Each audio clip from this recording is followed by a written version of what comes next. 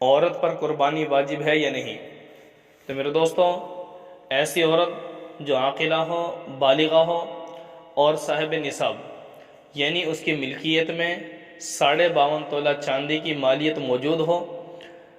اور اس کے پاس چاہے وہ سون زیور کی صورت میں ہو یا مال تجارت کی صورت میں ہو یا اسی طرح نقدی کی صورت میں ہو، کسی بھی صورت میں عورت کی ملکیت میں 52.5 تولہ چاندی کی مالیت آ جائے تو اس عورت پر قربانی واجب ہو جائے گی، ٹھیک ہے۔ اور عام طور پہ یہ شادی کے بعد تو عورت پر قربانی واجب ہو ہی جاتی ہے۔ اس کی وجہ یہ بنتی ہے، ماں باپ اپنی بیٹی کو جہیز میں بہت زیادہ سامان دیتے ہیں، زیور بچی کو پہنایا جاتا ہے، ٹھیک ہے، تو جس کی وجہ سے عام طور پر شادی شدہ عورت پر قربانی کا وجوب ہو جاتا ہے اور اس کو قربانی اپنی کرنی ہی پڑے گی۔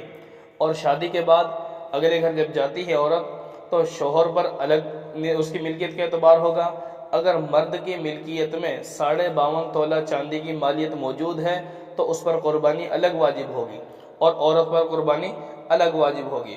اور یہ قربانی اس مرد کے ذمے ہے کہ عورت سے قربانی کروائے، یا تو اس کی ملکیت میں سے کروا دے یا خود اپنی جیب سے اپنی بیوی کی طرف سے ادا کرے گا قربانی۔ اور عام طور پر یہ سستی برتی جاتی ہے کہ جب عورت سسرال میں چلی جاتی ہے تو وہاں پر جا کر سسرال والے اپنی طرف سے تو قربانی ادا کر دیتے ہیں، لیکن عورت جو ان کی بہو بن کر آئی ہے اس کی طرف سے قربانی ادا کرنے میں سستی برتی جاتی ہے، جو کہ مناسب نہیں ہے۔ تو لہٰذا